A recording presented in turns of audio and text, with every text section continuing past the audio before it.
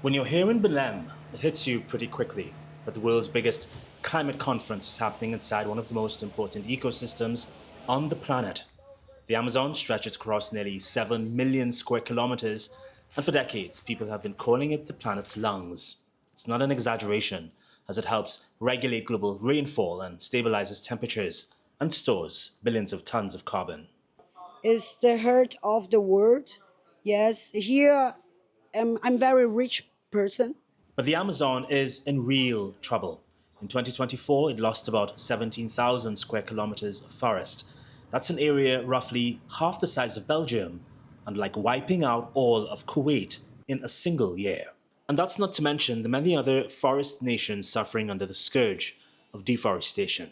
Millions of people are losing their livelihoods, communities that depend on the forest for their livelihoods. Rising global temperatures are making things worse. The dry season here is now 5 to 15 days longer than it was about 40 years ago, according to a report by Carbon Brief. The Brazilian people will be one of the countries in the tropic that will suffer most from the consequences.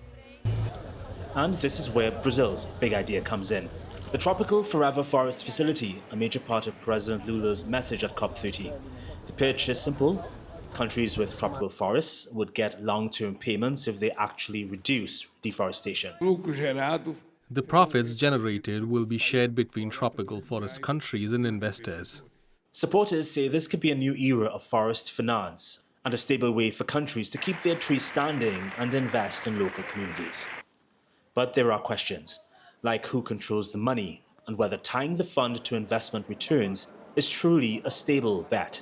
Environmental groups argue indigenous peoples must be at the center of these decisions.